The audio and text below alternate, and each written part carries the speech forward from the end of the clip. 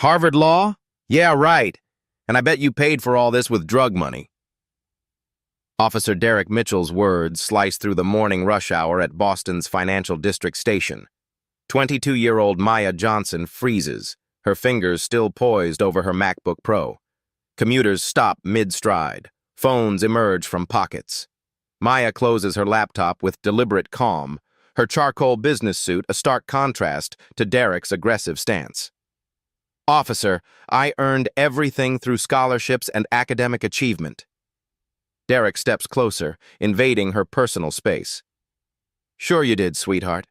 Turn around, hands behind your back. For what charge? Maya's voice remains steady despite her racing heart.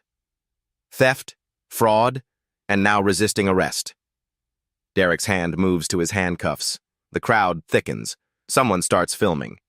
Maya's phone buzzes with an incoming call. Mom, urgent classified. Derek notices the caller ID and laughs mockingly. Let me guess. Mommy's a Supreme Court justice too? Have you ever been judged as a fraud simply for being successful while black? What happened next will leave you speechless. Maya Johnson's morning began like any other day destined for greatness. At 5:30 a.m., she reviewed case files in her Cambridge apartment, surrounded by legal textbooks and Supreme Court decisions. Her Harvard Law diploma hung proudly beside a photo of her grandmother, Judge Rose Johnson, in her federal robes. The top 5% of her Harvard Law class doesn't happen by accident. Maya earned it through 18-hour study days, competing against the brightest minds in America. Her summer associate position at Morrison & Associates wasn't given. It was conquered through flawless interviews and a legal brief that made senior partners take notice. This morning's destination, a crucial client meeting that could define her career. Her briefcase contains documents for a landmark discrimination case, potentially worth millions in settlements. The opposing counsel has already tried to intimidate Morrison & Associates. They have no idea Maya Johnson is coming. Her phone buzzes insistently. 3 missed calls from Mom, classified. Maya frowns. Her mother, Colonel Sarah Johnson, rarely calls during operational hours unless something significant is happening. The last time was when Maya won the Harvard Law Review position. Maya adjusts her grandmother's vintage pearl necklace, a family heirloom passed down through 3 generations of accomplished Johnson women. Judge Rose Johnson wore these pearls when she became the first black federal judge in Massachusetts. Maya wears them to every important meeting, carrying her family's legacy of breaking barriers. Her laptop screensaver flickers momentarily, revealing a photo from last year's Veterans Day ceremony. Colonel Johnson stands in full dress blues, her Special Forces tab gleaming above rows of combat ribbons. Maya quickly closes the laptop, but not before Derek notices the military imagery. Officer Derek Mitchell has been watching Maya for 15 minutes from across the platform. 18 years of police work taught him to spot problems before they happened. Young black professionals in expensive suits represented everything wrong with his changing city. Derek's morning started badly. His wife complained about their overdue mortgage. His supervisor passed him over for promotion, again promoting a younger officer with a college degree. At 52, Derek feels invisible, irrelevant, replaced by a generation that doesn't respect traditional authority. Maya represents his frustrations perfectly. Harvard education, designer accessories, confident bearing everything Derek believes she hasn't earned. In his worldview, success for people like her comes through handouts, quotas, and systems rigged against hard-working Americans like himself. His personnel file contains 47 civilian complaints, 23 involving racial bias. Internal Affairs dismissed them all due to insufficient evidence and union protection. Derek learned to be careful with his words, but his actions speak volumes. His partner called in sick, leaving Derek unsupervised during morning patrol. Without oversight, his worst instincts emerge. Maya's success triggers something primal in him, a need to restore what he perceives as natural order.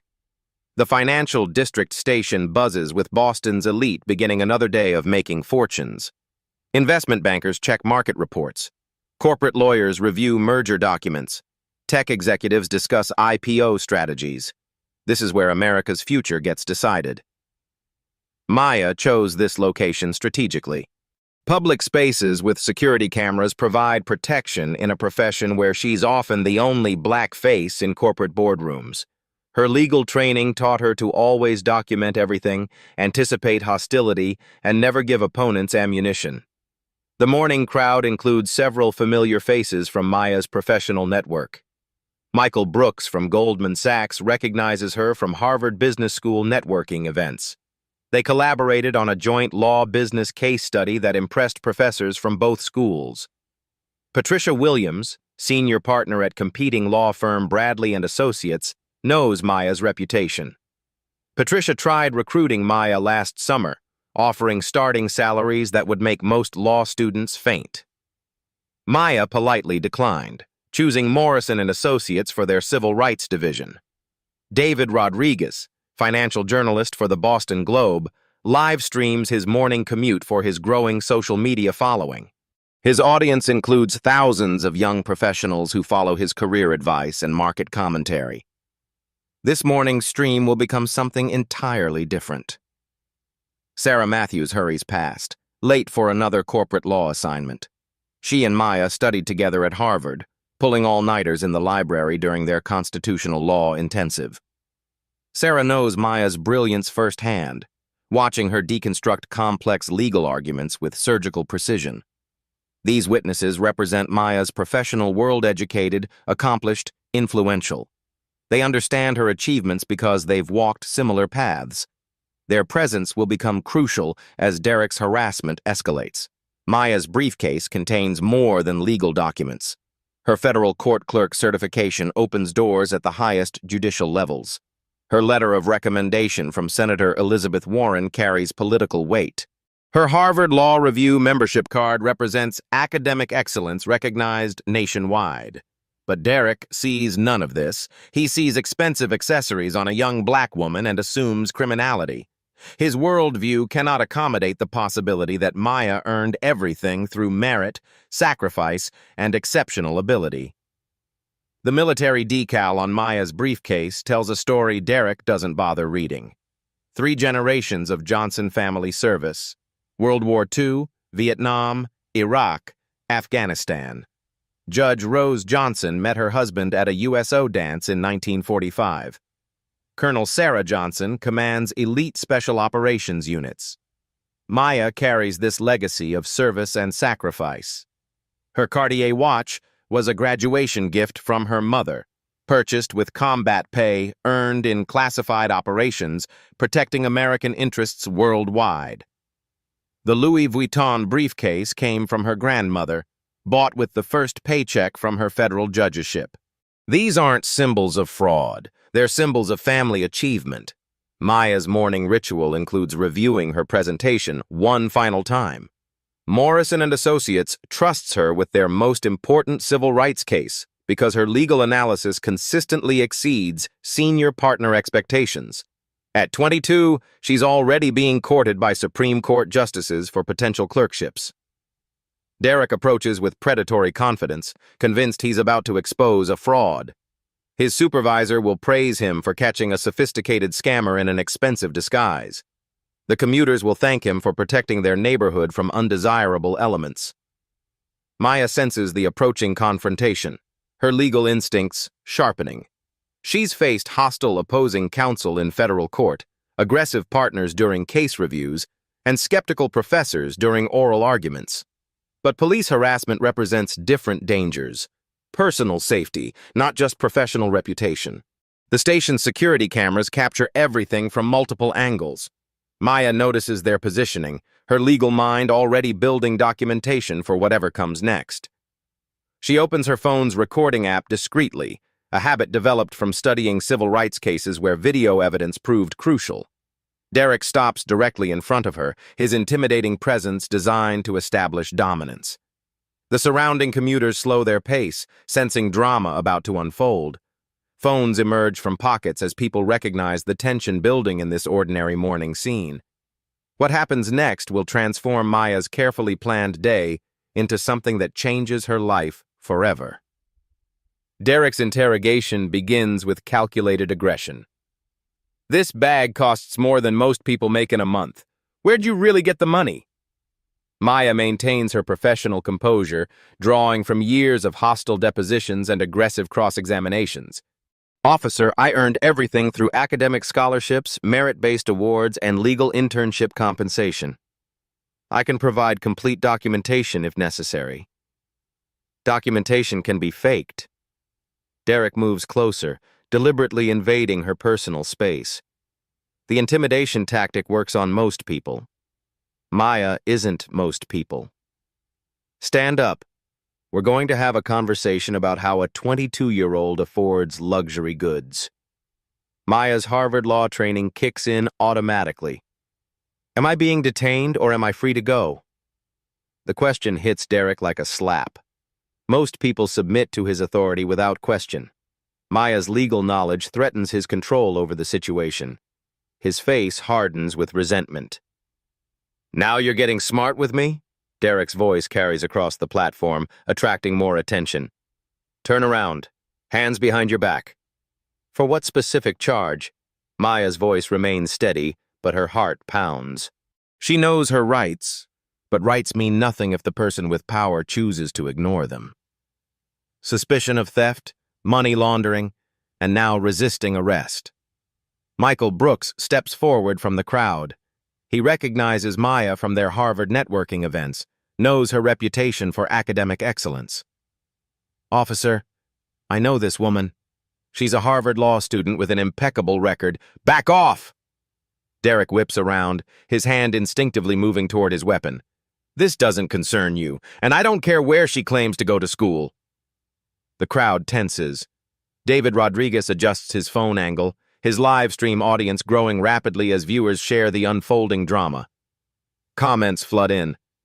"This is insane. She's clearly a professional. Cops gone wild." Maya sees the phone's recording, her legal mind automatically cataloging every violation of procedure and constitutional rights. False arrest, unlawful detention, racial profiling, excessive force. The list grows by the second. "Officer Mitchell," she reads his name badge carefully, ensuring her voice carries to the recording devices. "I'm going to comply under duress, but I want you to understand that I'm memorizing every word of this interaction for the civil rights lawsuit that will inevitably follow."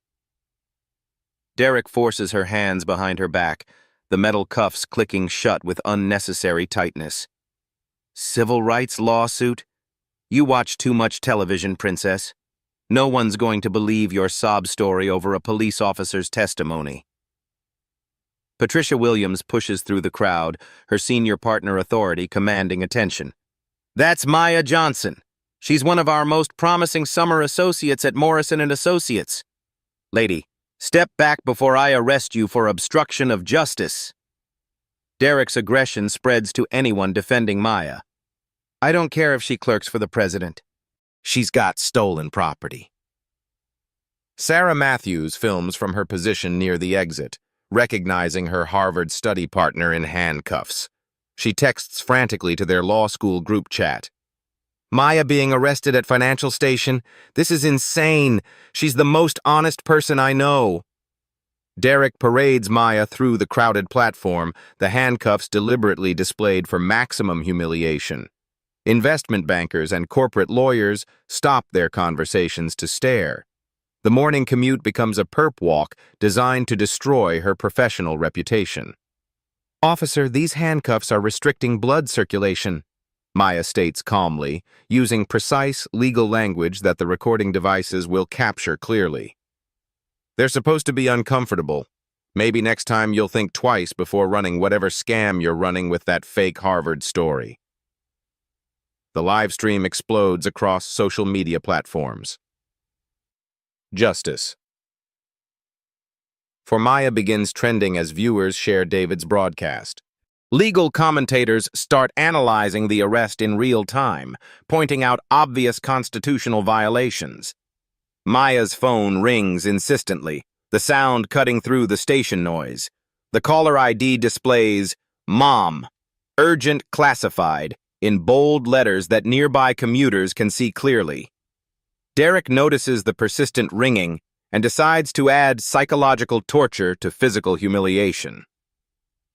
He answers Maya's phone with theatrical mockery, his voice loud enough for the crowd to hear every word. "Hello, this is Officer Derek Mitchell with the Boston Police Department. Your daughter's been arrested for financial crimes. You might want to hire her a real lawyer instead of whatever public defender she's used to." The voice on the other end turns Arctic cold. "Officer Mitchell, you have exactly 10 seconds to release my daughter and return her personal property." Derek laughs, playing to his growing audience of recording phones. "Ma'am, she's not going anywhere. She's looking at serious federal charges here." "Oh, you're military? What are you, a nurse? Maybe a supply clerk?" "This is Colonel Sarah Johnson, United States Army Special Operations Command. You are violating my daughter's constitutional rights, and this conversation is being recorded by military intelligence systems." Derek's smirk wavers for a microsecond before arrogance reasserts itself. "Right, and I'm General MacArthur.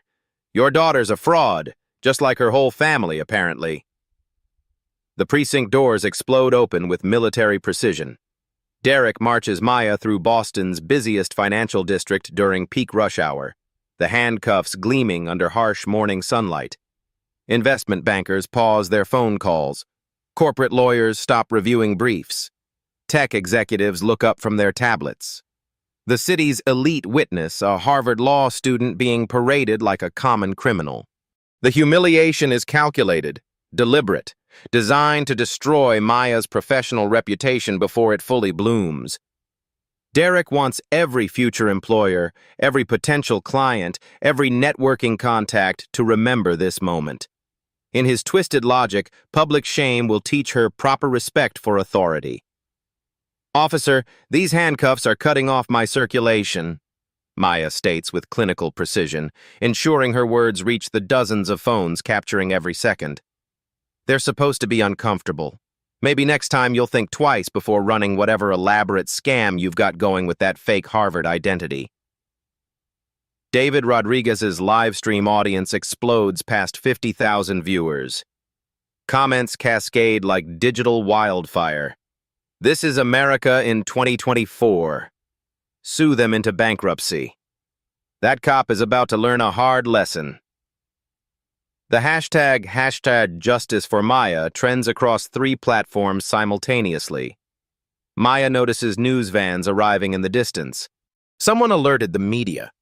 This local incident is becoming national news in real time, each recorded second building toward career-ending consequences for everyone involved. At the precinct, Derek begins cataloging Maya's belongings with theatrical disdain. Each item gets examined, dismissed, and photographed as evidence of her supposed criminal enterprise. Her Harvard Law Review membership card, probably printed at Kinko's.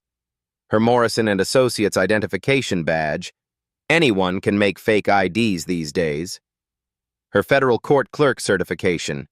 These people are masters at creating false credentials. Her personal letter of recommendation from Senator Elizabeth Warren. Politicians write these for anyone who votes the right way. The photographs with Judge Rose Johnson at various legal ceremonies. Photoshopped, you can tell by the lighting. Each dismissal cuts deeper than the last. Maya watches Derek systematically invalidate every achievement that defines her identity, her family's legacy, her life's work.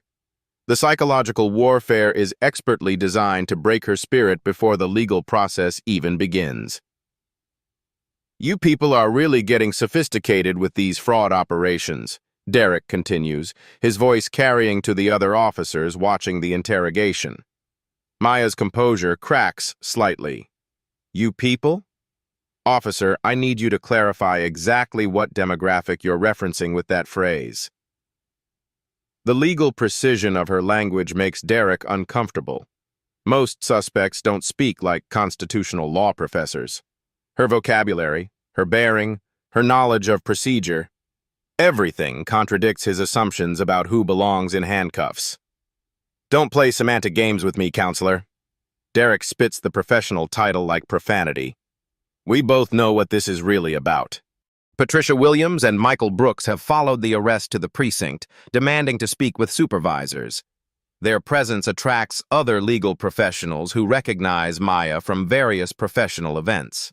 A Harvard law professor emerges from a taxi. 2 federal clerks arrive via rideshare.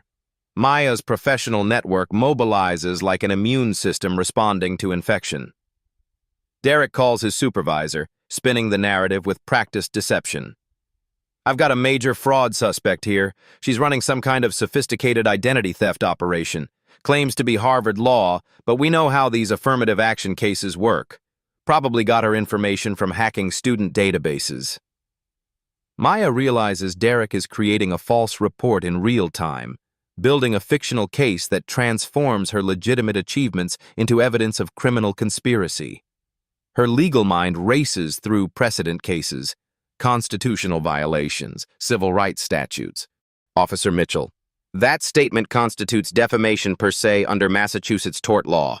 I'm recording our conversation in accordance with the state's 2-party consent statutes, which permit recording when one party reasonably believes a crime is being committed. Are you threatening me with legal action? Derek's voice rises with genuine alarm. Most suspects beg or cry or make excuses. Maya quotes legal precedent like she's arguing before the Supreme Court.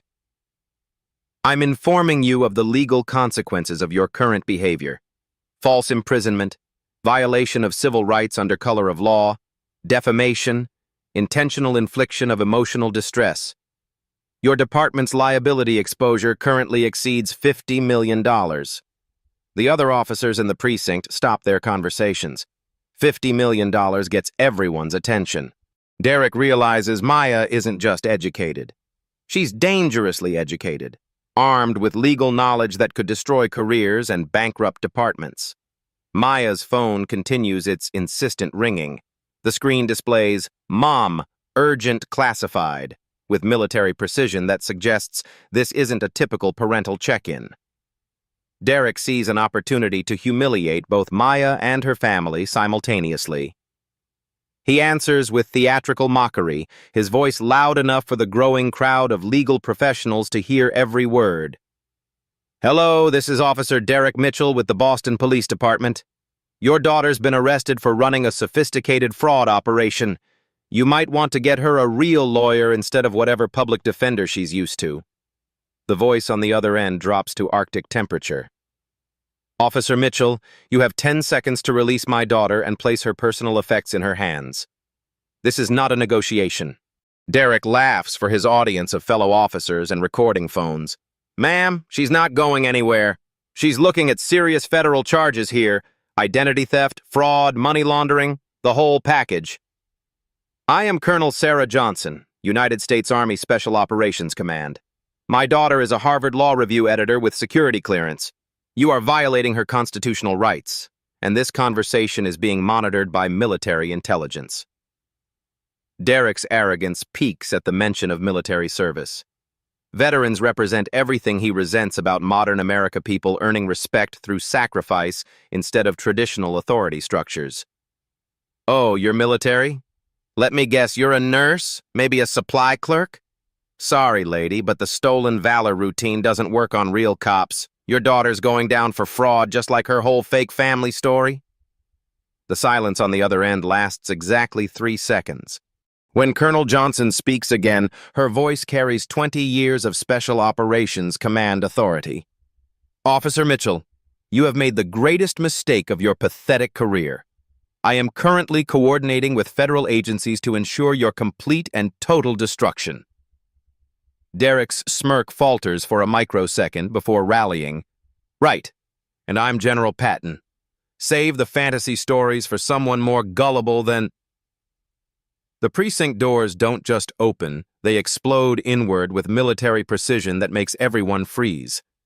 A woman in full dress blues fills the doorway, her bearing screaming Elite Special Operations.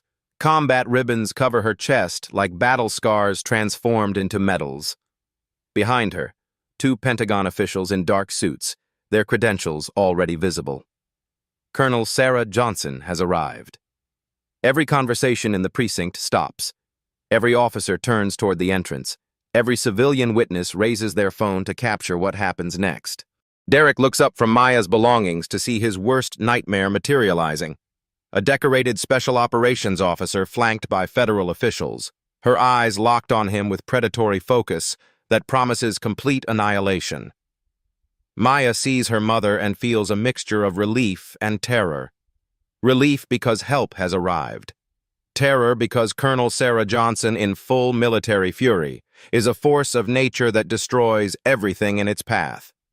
The room holds its collective breath, sensing that whatever happens next will change everything for everyone involved.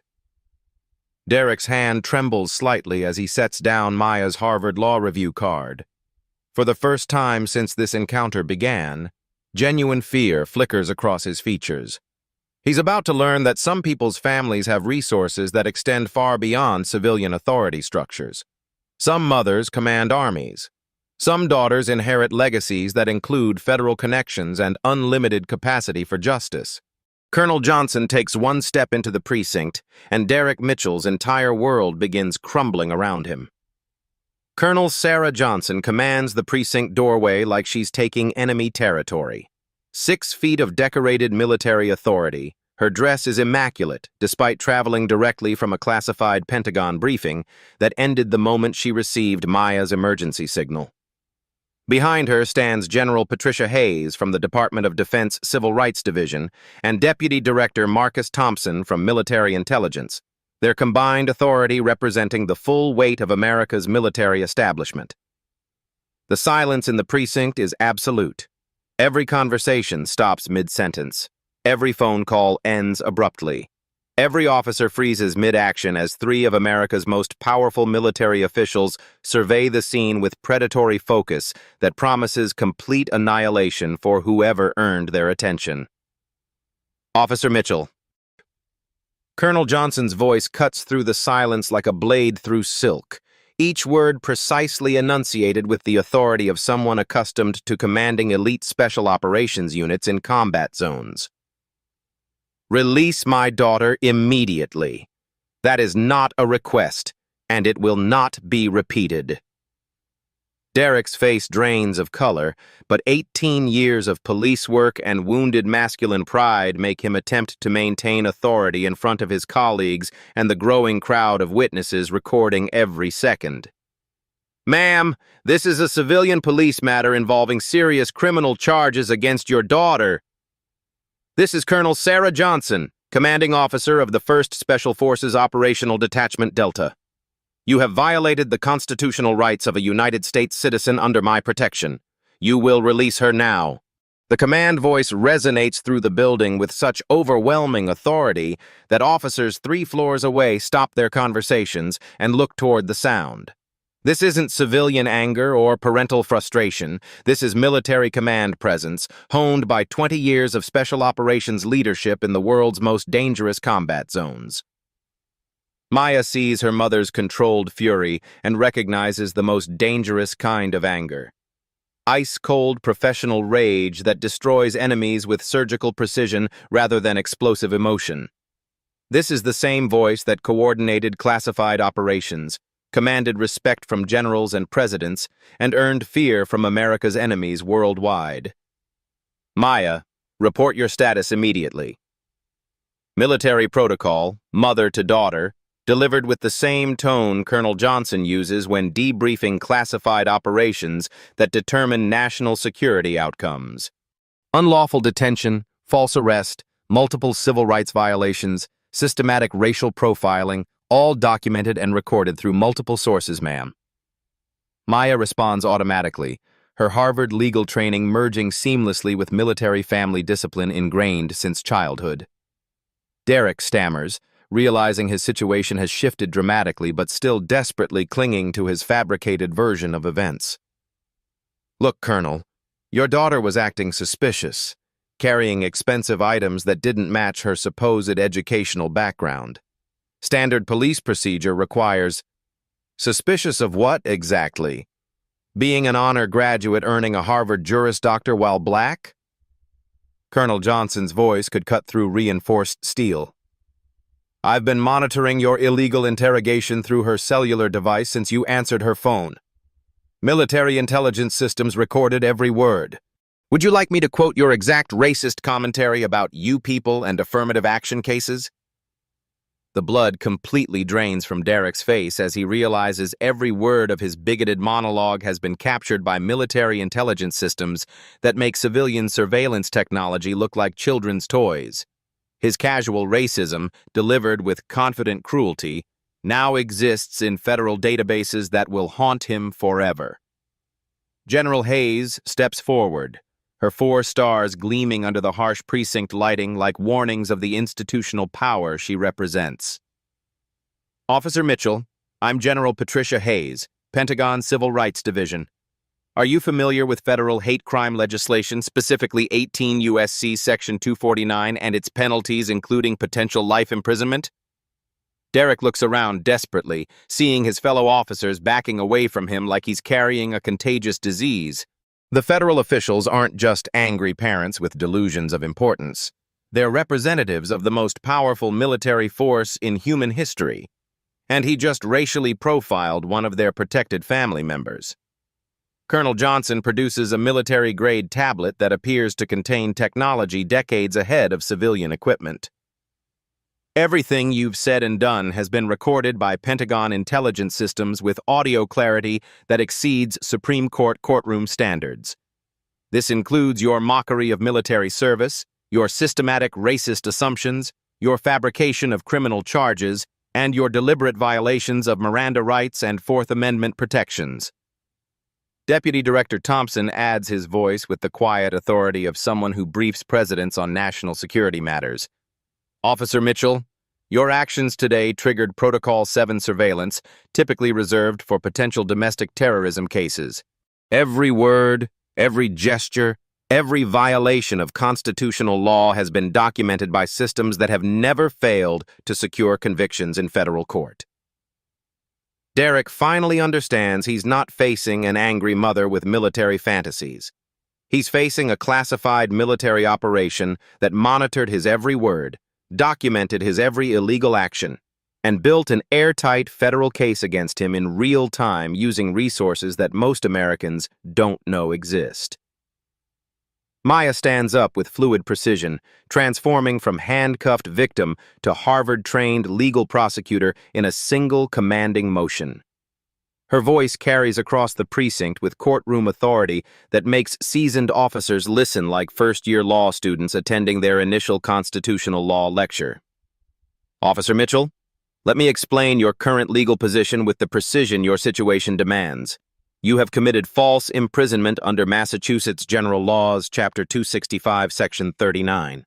You have violated civil rights under color of law per 18 U.S.C. Section 242, which in cases involving racial bias carries penalties up to life imprisonment. You have engaged in defamation per se, intentional infliction of emotional distress, conspiracy to violate constitutional rights, and created fraudulent police reports." Maya continues with surgical legal precision.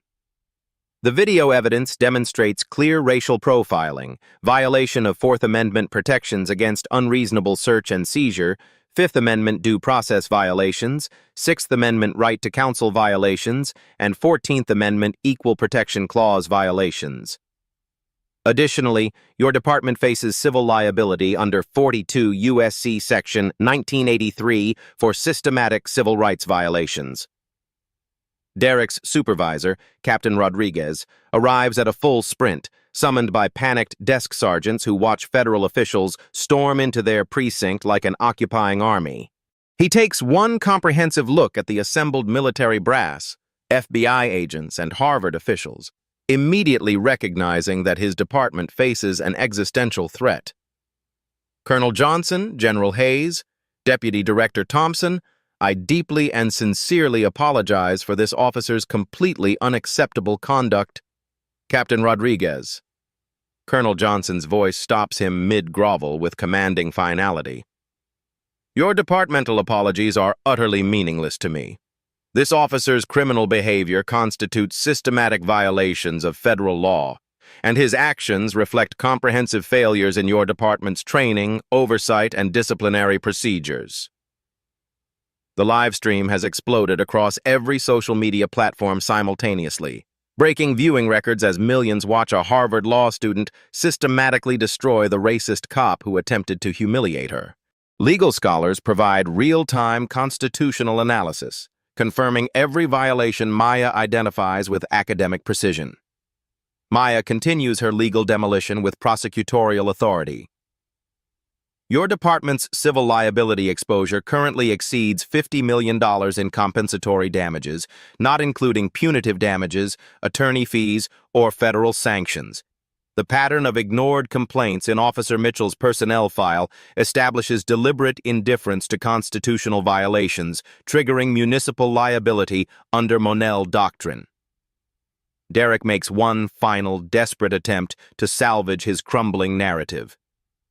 She was displaying suspicious behavior with expensive accessories that seemed inconsistent with her claimed background, and established police procedure requires thorough investigation of potential criminal activity. Colonel Johnson destroys him with military precision that makes veteran federal prosecutors seem gentle by comparison. Officer Mitchell, my daughter graduated summa cum laude from Harvard University with a 3.97 grade point average while competing against America's brightest minds. She served on the Harvard Law Review, clerked for federal appeals court judges, and earned every single achievement through intellectual merit that you couldn't comprehend in your most ambitious fantasies. General Hayes adds crushing federal weight to the destruction. Your personnel file contains 47 civilian complaints over 18 years, 23 specifically involving racial bias. Your department's systematic pattern of ignoring these documented complaints constitutes deliberate indifference to constitutional violations under established Supreme Court precedent. The precinct doors explode open again with dramatic timing. FBI Special Agent Jennifer Walsh enters with a full team of federal investigators, followed by ACLU Legal Director James Morrison, Harvard Law Dean Patricia Carter, and Massachusetts Attorney General Maria Rodriguez. Colonel Johnson's extensive network summoned the complete weight of America's legal establishment within 30 minutes. Derek surveys the assembled forces arrayed against him: federal agents, Pentagon officials, Harvard administrators, civil rights lawyers, state prosecutors, and military intelligence officers. His routine morning of casual racial profiling has triggered a response from the highest levels of American government, academia, and legal authority. Maya removes her own handcuffs using a technique her mother taught her during childhood self-defense training, the metal clicking open with symbolic finality that resonates through the silent precinct. Officer Mitchell, you arrested a Harvard Law Review editor with federal security clearance for the crime of academic and professional success while black. You mocked military service while speaking directly to a special operations commander. You fabricated police reports while being recorded by military intelligence systems. Colonel Johnson approaches Derek with predatory focus that makes hardened combat veterans nervous, her 20 years of special operations experience evident in every calculated step. My daughter will graduate magna cum laude from Harvard Law School. She will clerk for Supreme Court justices. She will become a federal prosecutor, then a federal judge, then potentially sit on the Supreme Court herself. She represents the absolute best of America's future potential. The room holds its breath as Colonel Johnson delivers her final judgment. You, Officer Mitchell, represent America's shameful racist past. And today, in front of these cameras, with the world watching, the future definitively wins over the past. The transformation inside the precinct happens with breathtaking speed. FBI agents move with professional efficiency, processing Derek Mitchell's arrest while reading him federal civil rights charges that carry mandatory minimum sentences. His hands shake as the same handcuffs he used to humiliate Maya now secure his own wrists behind his back. Captain Rodriguez works frantically to contain the departmental catastrophe, but the damage spreads like wildfire through social media and news networks. Every major television station interrupts regular programming to broadcast Maya's legal demolition of institutional racism. The hashtag #justice. For Maya, trends in 43 countries as the world watches American democracy correct itself in real time. Maya embraces her mother with the fierce intensity of someone who just survived a battle that will reshape her entire life's trajectory. Colonel Johnson holds her daughter with the protective strength of 20 years protecting America's freedoms, now channeled toward protecting her family's future. "You handled yourself with extraordinary courage and legal precision," Colonel Johnson whispers, her voice soft with maternal pride after the commanding fury. "I watched you transform from victim to prosecutor to agent of change. Your grandmother would be so proud."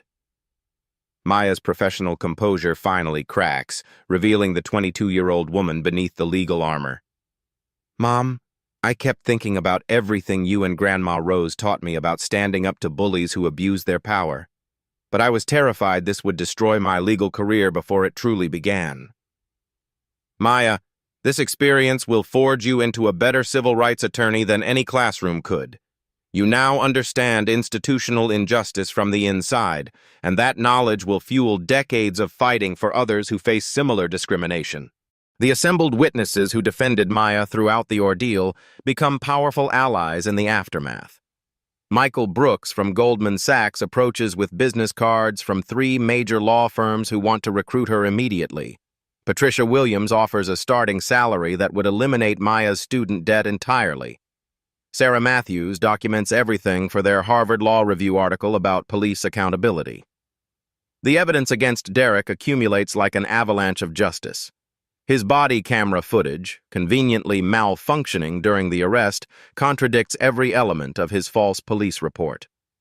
The precinct's security system captured multiple angles of his racist interrogation. 47 civilian complaints spanning 18 years reveal a pattern of discrimination that his supervisors systematically ignored. FBI Special Agent Walsh announces the federal charges with prosecutorial satisfaction. Derek Mitchell faces violation of civil rights under color of law, conspiracy against constitutional rights, deprivation of rights under color of law, and federal hate crime enhancements.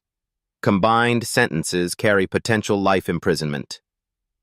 Derek's public defender arrives to find his client facing legal destruction that no plea bargain can mitigate. The viral video evidence, military intelligence recordings, and documented pattern of racial bias create a prosecutorial perfect storm that guarantees conviction. Maya addresses the media circus with poise that belies her age, speaking directly to the cameras with Harvard-trained precision.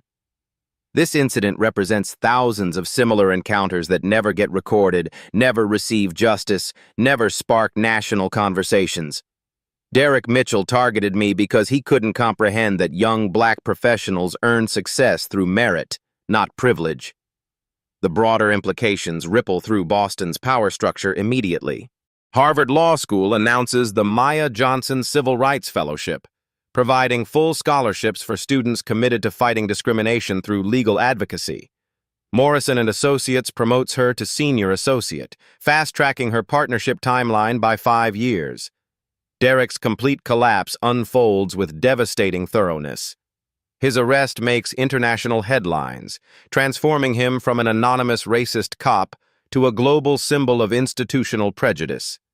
His pension evaporates through federal forfeiture laws. His family faces bankruptcy from legal fees and civil judgments. His children endure bullying at school because of their father's documented racism.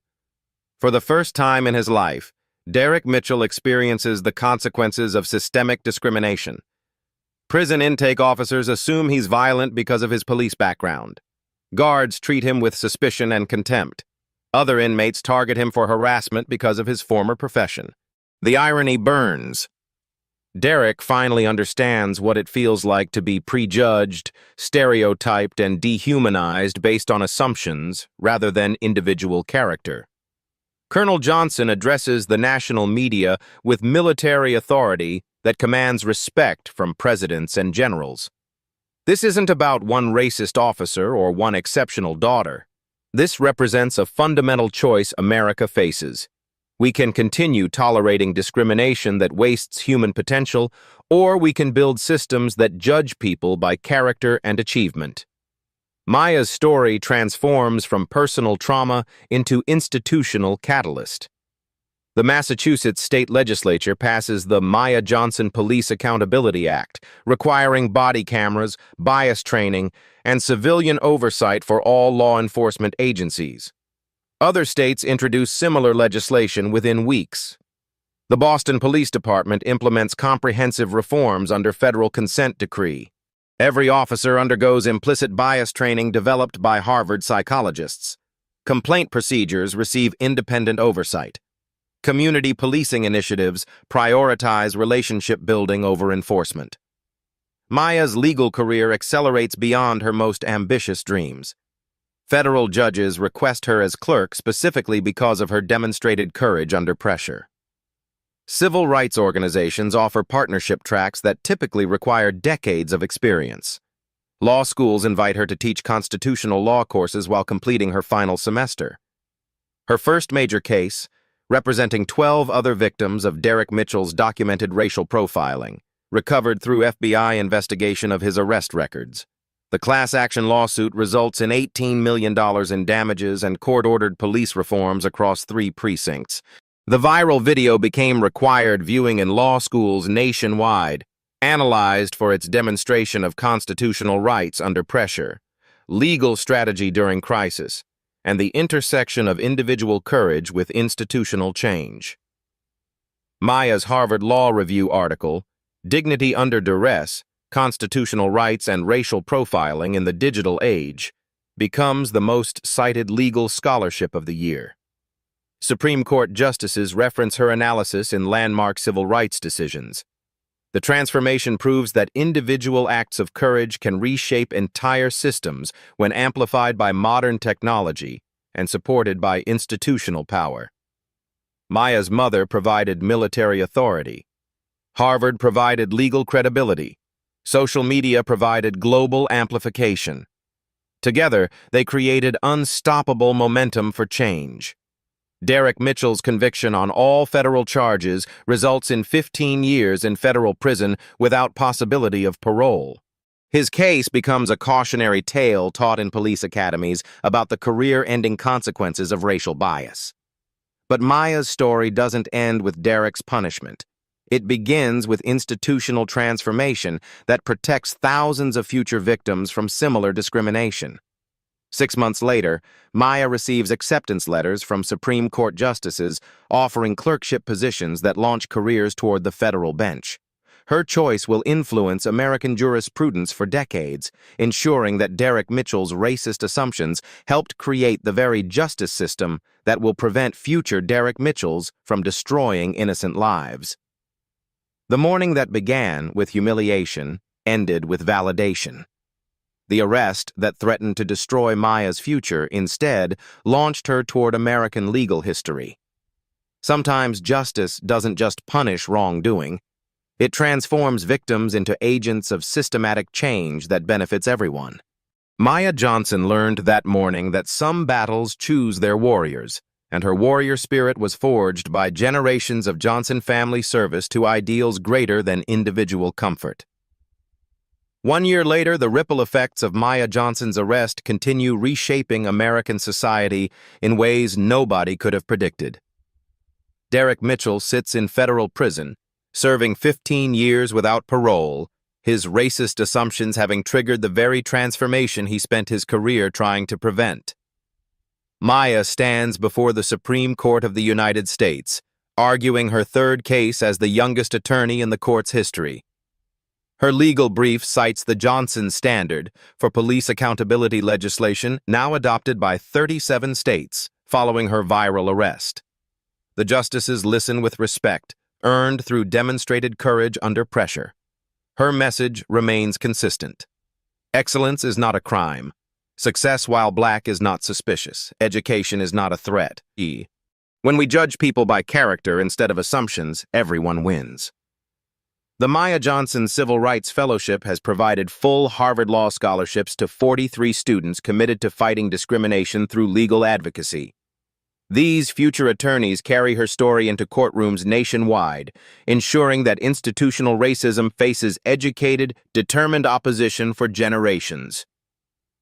Derek Mitchell's prison letters reveal a man slowly confronting 20 years of racist policing. Through mandatory counseling and interaction with diverse inmates, he finally recognizes the lives he destroyed through prejudice. His children changed their last name to escape his legacy, but his youngest daughter visits monthly, slowly building a relationship based on his commitment to change rather than his history of hatred. He writes to Maya annually, letters she doesn't read but keeps as evidence that redemption remains possible even for those who cause tremendous harm. His transformation doesn't erase his victims' trauma, but it prevents future victims by demonstrating that racist behavior carries genuine consequences. Colonel Johnson reflects on her daughter's journey with military precision. Maya didn't choose to become a civil rights champion that morning. Derek Mitchell's prejudice forced that role upon her. But she chose what to do with that injustice, and her choice changed everything for countless others. The broader institutional changes prove lasting and comprehensive.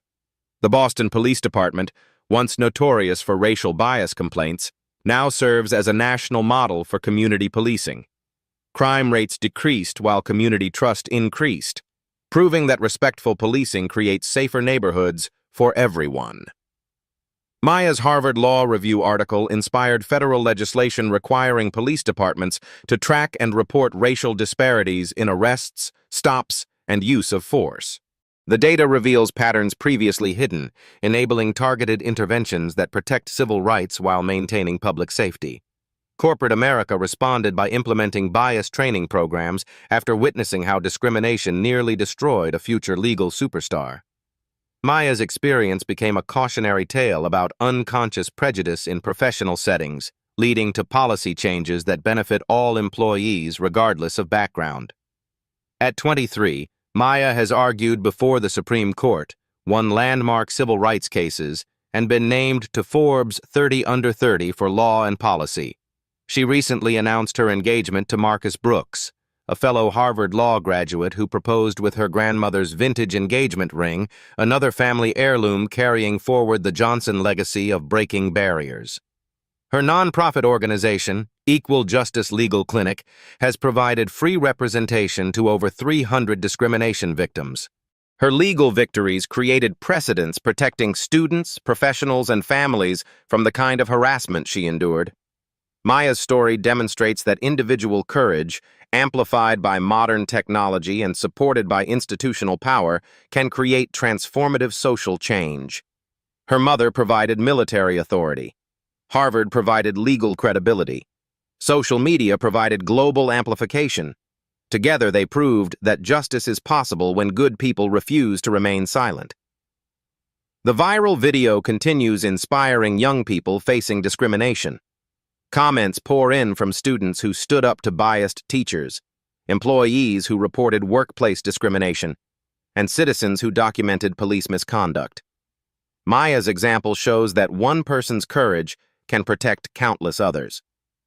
Derek Mitchell's case study is now taught in police academies nationwide as a cautionary tale about career-ending consequences of racial bias.